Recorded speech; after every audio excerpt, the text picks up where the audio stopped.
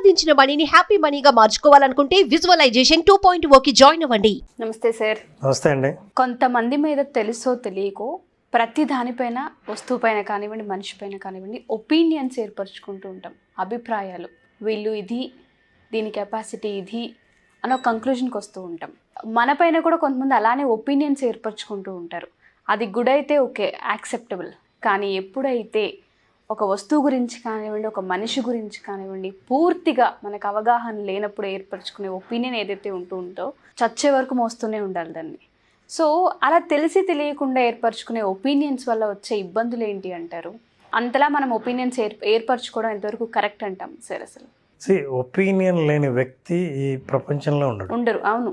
మనం ఏ పని చేయాలన్నా దాని వెనకాల ఒక ఒపీనియన్తోనే ముందుకెళ్తాం. ఖచ్చితంగా. ఒకవేళ ముందుకు వెళ్ళకుండా ఆగిపోయినా కూడా అది కూడా ఒపీనియన్తోనే ఆగిపోతుంది. Opinions are like wrist watches అంట. మనిషికి చేతికి పెట్టుకునే వాచ్ లాంటిది అభిప్రాయం. ప్రతి ఒక్కరికి ఒకటి ఉంటుంది. పైగా తమ టైమే కరెక్ట్ అని అందరూ నమ్ముతారు, తమ ఒపీనియనే కరెక్ట్ అని వాళ్ళు నమ్ముతారు. సో ప్రతి ఒక్కరికి ఒక ఒపీనియన్ అయితే ఏర్పడుతుంది. అయితే ఈ ఒపీనియన్ అనేది వాస్తవాలతో సంబంధం లేకుండా మనకు ఒక విషయం పట్ల ఉన్న అవగాహన, ఒక విషయం పట్ల మనకున్న వైఖరి, ఒక విషయం పట్ల మనకున్న నమ్మకం, అది ఒపీనియన్. సో అట్లా మనం ఆ ఒపీనియన్స్తో ముందుకు వెళ్తాం. అయితే ఒపీనియన్ దురదృష్టవశాత్తు బ్యాడ్ ఒపీనియన్ అయితే ఆ ఒపీనియన్తోనే మనం లైఫ్ను చూస్తాం, వ్యక్తినైనా చూస్తాం, సంఘటన అయినా చూస్తాం. ఉదాహరణకి ఒక వ్యక్తి వెళ్తూ వెళ్తూ ఒక హోటల్ని చూపించి ఈ హోటల్లో భోజనం అస్సలు బాగోదు తెలుసా అన్నాడు అనుకోండి. ఈ ఒపీనియన్ పడినప్పుడు ఆకలిగా ఉన్న వ్యక్తి ఆ హోటల్ ముందు ఆగినా సరే ఆ ఒపీనియన్ పనిచేస్తూ ఉంటుంది, ఇక్కడ భోంచేయడం. సో మనిషి కూడా ఎందుకంటే తన సొంత అనుభవం దాకా ఎదురు చూడకుండా ఇతరులు ఇచ్చిన రెడీమేడ్ ఒపీనియన్ని వెంటనే క్యాచ్ చేస్తారు. అసలు మన పంచేంద్రియాలో అత్యద్భుతంగా ఒపీనియన్స్కి పనిచేసే ఒక ఇంద్రియం ఉంది, చెవులు. జనరల్గా అయితే కళ్ళతో చూడాలి లేదా చెవులతో వినాలి లేదా మన అనుభవపూర్వకంగా తెలుసుకోవాలి. కానీ ఇతరులు చెప్పిన మాట చాలా పవర్ఫుల్గా పనిచేస్తుంది. వాళ్ళ ఒపీనియన్ని మన ఒపీనియన్గా మనం క్యారీ చేస్తాం. సో రెడీమేడ్గా. దీనికి ఒక కారణం ఉంది. యాక్చువల్లీ హ్యూమన్ బ్రెయిన్ ఏంటంటే ఎనర్జీని సేవ్ చేయాలని చూస్తాం. నిజంగా మనం ఒక ఒపీనియన్ ఏర్పాటు చేసుకోవాలంటే మనకు ఫ్యాక్ట్స్ ఉండాలి, ఫిగర్స్ ఉండాలి, అనుభవం ఉండాలి. దీనికోసం మీరు ఎదురు చూడాలి, టైం పడుతుంది. టైం పట్టేంత టైం ఎవరు తీసుకోరు, అంటే అంత టైం పట్టేంత వరకు ఎవరు ఎదురు చూడరు. సో వెంటనే పీపుల్ ఫామ్ ఒపీనియన్స్. దీనికి కూడా ఒక ప్రధాన కారణం ఉంది. అసలు మనిషి ఒపీనియన్ ఫామ్ చేసుకోకపోతే ప్రశాంతంగా ఉండలేడు. ఎందుకంటే మనం ఆదిమానవుడిగా ఉన్నప్పటి నుంచి మనం ఎదుర్కొనే ప్రతి పరిస్థితి, ప్రతి వ్యక్తి శత్రువా మిత్రుడా తెలీదు. తెలుసుకోకపోతే నిర్ణయం తీసుకోవడం చాలా కష్టంగా ఉంటుంది. శత్రువు అయితే ఆయుధం పట్టుకోవాలి, మిత్రుడైతే దగ్గరికి రావాలి. దగ్గరికి వచ్చిన తర్వాత శత్రువు అయితే మన మీద అటాక్ చేయొచ్చు. కాబట్టి వెంటనే ఒపీనియన్ ఫామ్ చేసుకుంటే తన యాక్షన్ని నిర్ణయించుకోవచ్చు. కాబట్టి మనిషి ఒపీనియన్ని ఫామ్ చేసుకోవడానికి ఇమ్మీడియట్గా సిద్ధమవుతాడు. మనకు ప్రపంచంలో మన ప్రపంచంలో మీడియా మొత్తం మన ఒపీనియన్స్ని మార్చడానికి లేదా మన ఒపీనియన్ని ఏర్పరచడానికే ప్రయత్నిస్తూ ఉంటుంది. మీరు ఫర్ ఎగ్జాంపుల్ ఏదైనా ఒక కొత్త అడ్వర్టైజ్మెంట్ వచ్చిందంటే ఇప్పుడు మీకున్న వస్తువు కరెక్ట్ అయింది కాదు, ఇది బెస్ట్ అని మీకు చెప్పడం మొదలు పెడుతుంది. అది ఒపీనియన్ అవుతుంది మనిషి. కాబట్టి ఒపీనియన్తోనే జీవిస్తుంటాం, ఒపీనియన్తోనే మన నిర్ణయాలు తీసుకుంటాం. మనం ఏదైనా ముందడుగు వేయాలన్నా ఒపీనియన్తోనే తీసుకుంటాం.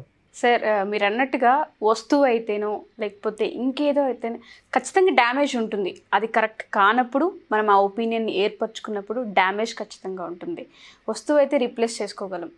మనిషి మీద కూడా అదే ఒపీనియన్ క్యారీ ఫార్వర్డ్ అయితే, అదే బ్యాడ్ ఒపీనియన్ ఆ దృష్టితోనే మనం చూస్తూ ఉంటే రిలేషన్స్లో కానివ్వండి, సమాజంలో కానివ్వండి, ఎటువంటి ఇబ్బందులు పడే అవకాశం ఉంటుంది అంటారు?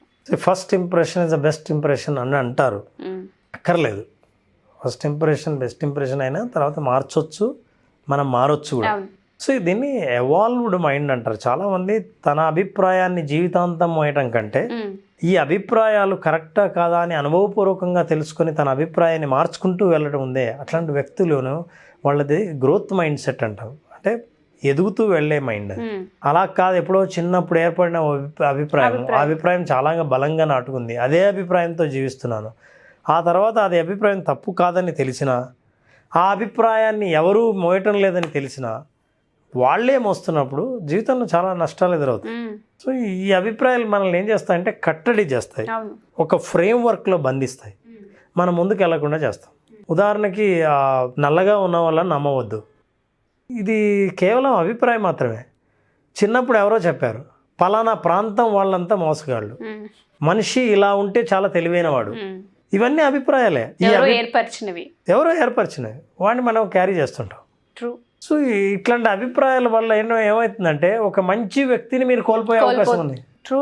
కొంతమంది స్నేహాన్ని పొందే అవకాశం కోల్పోయే ప్రమాదం ఉంది. సో ఇట్లాంటి వాటి వల్ల అభిప్రాయాలను ఒక్కసారి ఏర్పరచుకొని ఆ అభిప్రాయాలని కరెక్టో కాదో తేల్చుకోకుండా ఈ అభిప్రాయాలతో తన కంఫర్ట్ జోన్లోంచే ముందుకు వెళ్ళడం వల్ల మనుషులు చాలా నష్టపోతారు.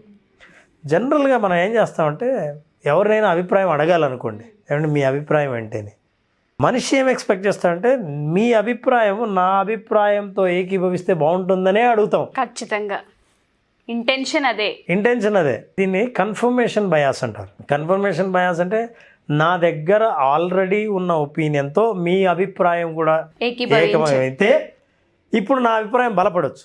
అంటే నాకున్న అభిప్రాయాన్ని మార్చుకోవడానికి చాలా ఇబ్బంది పడతాను. ఉదాహరణకి నేను చెప్పిన అభిప్రాయం మీరు ఖచ్చితంగా ఖండించారనుకోండి, ఆవిడకి అంతగా తెలియదు, ఏదో చెప్తూ ఉంటారు, మనకు నచ్చదు ఆవిడ అభిప్రాయం అని. వాస్తవం అది కావచ్చు, కానీ ఆ వాస్తవాన్ని కూడా మనం అంగీకరించకుండా మనకున్న అభిప్రాయాలని మనం నమ్ముతూ ప్రేమిస్తూ ఆ అభిప్రాయాలని నమ్మకాలుగా మార్చుకొని ఆ నమ్మకంతోనే ముందుకెళ్తుంటారు. అట్లా ముందుకు వెళ్ళడానికి బహుశా లేటెస్ట్ ఉన్న ఫ్యాక్ట్స్తో కూడిన, అంటే వాస్తవాలతో కూడిన అభిప్రాయాలతో పోల్చుకుంటే బహుశా మీ అభిప్రాయాలు పూర్తి భిన్నంగా ఉండొచ్చు. అట్లా భిన్నంగా ఉండడం వల్ల ప్రపంచమంతా ఒకవైపు కదులుతుంటే మీరు ఇంకోవైపు వెళ్తూ ఉంటారు. అందరూ ఒక దృష్టితో చూస్తే వీళ్ళు మాత్రం ఇంకో దృష్టితో చూస్తారు. కొంతమంది ఉన్నారు వ్యాక్సిన్ వేసుకోవడం అనవసరం, ఇది అభిప్రాయం, నేను వేసుకోను, ఇదంతా ఒక స్కామ్ అట, నేను చూశాను. సో చాలాసార్లు ఒక అభిప్రాయం బలంగా మైండ్లో పడుందంటే వాటి ఫ్యాక్ట్స్ అండ్ ఫిగర్స్ మనం అర్థం చేసుకుంటే అప్పుడు మనం ఎంతవరకు సబబో మనకు అర్థమవుతుంది. వ్యక్తుల గురించి కూడా అంతే. మనం కొంతమంది గురించి విన్నాం అనుకోండి, ఆ వ్యక్తిని కలిసినప్పుడంతా మనం మాట్లాడుతుంటే ఆ అభిప్రాయం ఎప్పుడు పనిచేస్తూ ఉంటుంది. సో మనం ఎప్పుడైనా సరే ఏ అభిప్రాయమైనా మనకుంటే స్వయంగా అనుభవం ద్వారా కాకుండా ఇతరులు ఇచ్చిన రెడీమేడ్ ఒపీనియన్ని మనం రిజర్వ్ చేయాలి. మీరు తోసిపుచ్చక్కర్లేదు, అంగీకరించక్కర్లేదు, రిజర్వ్ చేసి పెట్టి అప్పుడు మీ అనుభవం అన్బయాస్డ్గా చూడాలి, నిష్పక్షపాతంగా మీ అనుభవం నిజంగా ఎలా ఉందో చూడాలి, అప్పుడు మీరు అభిప్రాయం ఏర్పరచుకోవాలి. అందుకే కొంతమంది చూడండి, కొంతమందికి మిత్రులు అందరికీ మిత్రులు కాదు, కొంతమంది చెడ్డవారు అందరికీ చెడ్డవారు కాదు, వాళ్ళకు మంచి చాలా క్లోజ్ ఫ్రెండ్స్ కూడా ఉంటుంటారు. దాని అర్థం ఏంటంటే మీరు చూసే జీవితాన్ని మీరు చూసే కోణం ఎలాంటిది అనేది ఇంపార్టెంట్. సో ఈ విషయాలు తెలుసుకున్నప్పుడు ఏమవుతుందంటే అండి, మనం ఎవరైనా ఒక అభిప్రాయం చెబితే మెచ్యూర్డ్ అండ్ ఎవాల్వ్డ్ మైండ్స్ లేదా గ్రోత్ మైండ్ సెట్ ఉన్న వాళ్ళు ఏమనుకుంటారంటే సరే అది నీ అభిప్రాయం, ఇంకా నేను ఒక అభిప్రాయానికి రాలేదు. అంతేకాకుండా కొంతమంది చెప్పేటప్పుడు ఏం చెప్తారంటే నా అభిప్రాయం ఏంటంటే ఇది నా వ్యక్తిగత అభిప్రాయం అని చెప్తారు. అంటే దీన్ని మీరు జనరల్ చేసుకోక్కర్లేదు, ఇది నా అభిప్రాయం, ఇది నాకు వచ్చిన ఆలోచన అభిప్రాయం. ఇంకా కొంతమంది ఏం చెప్తారంటే ఏమంటే ఇది నా అభిప్రాయం, తప్పు అయితే చెప్పండి సరిదిద్దుకుంటాను, please correct me if I'm wrong. ఇట్లాంటి స్టేట్మెంట్లు వాడినప్పుడు మనం ఏంటంటే ఎదుటి వాళ్ళు కూడా తమ అభిప్రాయాన్ని వ్యక్తం చేయడానికి ఆలోచించరు, వెనకాడరు. వాళ్ళు చెబుతారు ఇది నా అభిప్రాయం అని. ఒకవేళ మీ అభిప్రాయం నా అభిప్రాయము రెండు ఏకీభవించలేదు అనుకోండి, మన ఇద్దరి డిఫరెంట్ అభిప్రాయాలు ఉన్నాయనుకోండి, still I respect you, maybe your opinion is different. మీ అభిప్రాయం వేరు కావచ్చు, కానీ మిమ్మల్ని రెస్పెక్ట్ చేయడానికి అభిప్రాయాన్ని తోసిపుచ్చడానికి చాలా తేడా ఉంది. సో అభిప్రాయము మీరు ఒకటి కాదు. జనరల్గా మనం ఏం చేస్తామంటే మీ అభిప్రాయాన్ని బట్టి మిమ్మల్ని నేను రిజెక్ట్ చేస్తాను. సో మీ అభిప్రాయమే మీరని, నో, నా అనుభవం నా అభిప్రాయం, నేను వేరు, నా అనుభవం వేరు, నా అభిప్రాయం వేరు. సో అలా చూసినప్పుడు ఏమవుతుందంటే మనం అందరినీ కలుపుకోగలం. You like non veg, I like vegetarian, but still I'm okay with that. అది మీ అభిప్రాయం, మీ నమ్మకము, మీ ఆచరణ, మీ ఇష్టం. దాన్ని ఎప్పుడైతే గౌరవిస్తానో నన్ను ఏ అభిప్రాయాలు కదిలించవు. అయితే మనం ఏం చేస్తామంటే మన అభిప్రాయాలతో ఏకీభవించే వాళ్ళతోనే కలుస్తాం. ఆ సరౌండింగ్స్లోనే వెతుక్కుంటాం. కాబట్టి మన జ్ఞానం అంతకంటే ఎదగదు. అక్కడే ఉంటాం, వాళ్ళనే కలుపుకుంటాం. ఉదాహరణకు చూడండి, స్టూడెంట్గా ఉన్నప్పుడు చాలాసార్లు ఎగ్జామ్ రాసి వచ్చారనుకోండి, ఒక స్టూడెంట్ పేపర్ అయినా సరే మ్యాథమెటిక్స్ చాలా టఫ్గా ఉంది, బయటకు వచ్చి అవును మ్యాథ్స్ టఫ్గా ఉంది కదా అంటాడు. ఎందుకో తెలుసా, తన అభిప్రాయంతో ఎవరైనా ఏకీభవిస్తే వాళ్ళని కలుపుకుందాం. గబుక్కున ఎవరైనా చాలా ఈజీగా ఉందే అంటే ఐ డోంట్ లైక్ యూ, వాడి జోలికి కూడా వెళ్ళారు సార్, దగ్గరికి కూడా వెళ్ళాము. ఎందుకంటే వీడు మరీ ఓవర్ యాక్షన్, చాలా ఈజీగా ఉందంట. తనకు ఈజీ అవ్వచ్చు, కానీ నాకు కష్టం అని తెలిస్తే దాని అర్థం నేను సరిగ్గా చదవలేదన్న విషయం బయటపడితే, నా అభిప్రాయంతో నీ అభిప్రాయం ఏకీభవించకపోతే నా అభిప్రాయం తప్పు కావచ్చు. ఈ విషయాన్ని నేను అంగీకరించకుండా నేను మీ అభిప్రాయాన్ని తప్పుపడతాను. డిఫరెన్స్ ఉందో చూడండి సార్. ఇది మన రోజు సమాజంలో ప్రతిసారి మనకు జరిగేది. అందుకే మనం మన అభిప్రాయంతోనే తన అభిప్రాయం కూడా అని అనిపించే పరిస్థితుల్ని, ఆ వాతావరణాన్నే కోరుకుంటాం. ఉదాహరణకు మనం చూసే న్యూస్ ఛానళ్ళు కూడా మనకి ఇష్టమైన న్యూస్ ఛానలే, ఎందుకంటే అంగీకరించే వార్తలే ఉంటాయి కాబట్టి మనం అదే న్యూస్ ఛానల్ చూస్తాం, అదే కోరుకుంటాం, అట్లాంటి వ్యక్తులతోనే కలుస్తాం. అందుకే అంటుంటారు చాలామంది, మా మైండ్స్ మాకు ఫ్రీక్వెన్సీ మ్యాచ్ అవుతుంది అంటే ఏం లేదు, మా ఇద్దరి అభిప్రాయాలు ఒకటే అని. కానీ కలిసి ఉండడం కానీ, సమాజంలో ఎదగడం కానీ, సంబంధాల్లో కానీ భిన్న అభిప్రాయాలతో కలిసి ఉండటంలో ఉన్న గొప్పతనం వేరే ఏం లేదు.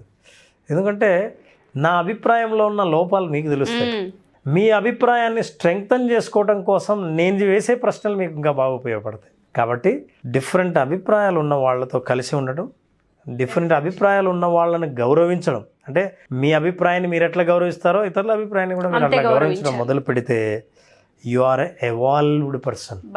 So let us be evolved person with even we have opinions. Thank you so much sir.